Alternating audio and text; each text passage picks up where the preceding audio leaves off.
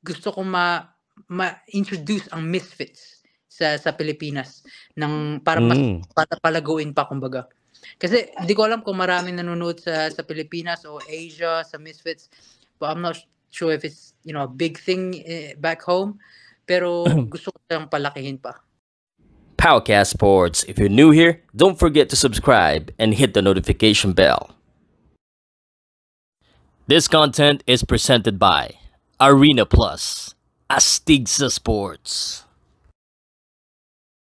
So, we'll find out more about this guy who is known as, he's called the Tasmanian Devil. Why? I do not know. So, we'll find out. So, ladies and gentlemen, guys, let me introduce my guest for tonight. And it's been a while. Sana sumikat ito, no? At least, pag sikat na kasi, mahirap na makakuha ng interview, eh. Tasmanian Devil! Hello magandang, po, kuya. Magandang umaga, tanghali, o gabi dyan sa... Nasaan ka ba? Tanghali po, London.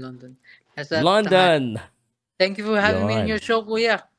Maraming salamat po. Matagal ko na po nga actually gustong gawin tong interview na to eh. Kasi yung tatay ko po, si Papa, big fan ng show nyo. Lagi nanonood.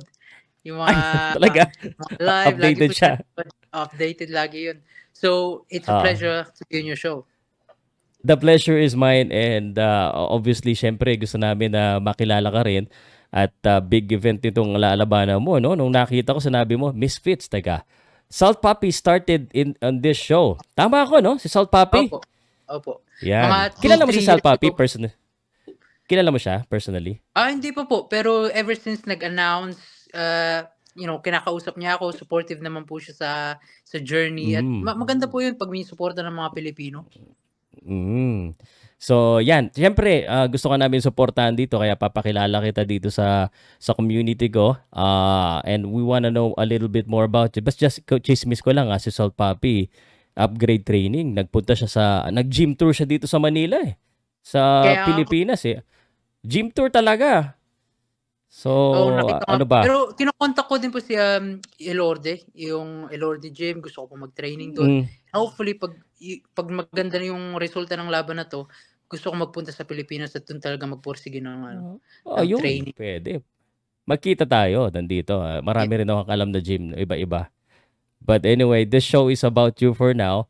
So, pakilala ka naman. Hindi muna kita tatanungin. Gusto kong masubukan kasi yung lalabanan mong event sa big event at maraming mga sikat din na mga future boxers, pro boxers. How would you introduce yourself sa ating mga kababayan? Ikaw ako muna. Totoo ko pong pangalan sa mga taong nagtatanong is Rodolfo Molina III.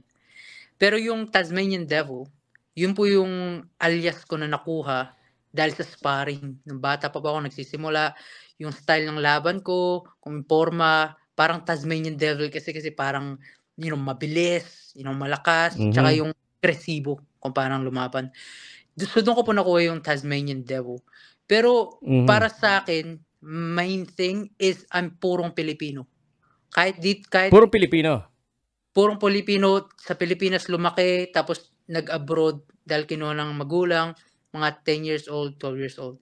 So, doon po yun po yung story ko. Kaya gusto ko po makapunta sa channel na to kasi gusto kong ma-reach yung bayan ko, yung mga kababayan ko na talagang, pure. Like, gusto kong ma-introduce ang Misfits sa Pilipinas para mas palaguin pa kumbaga.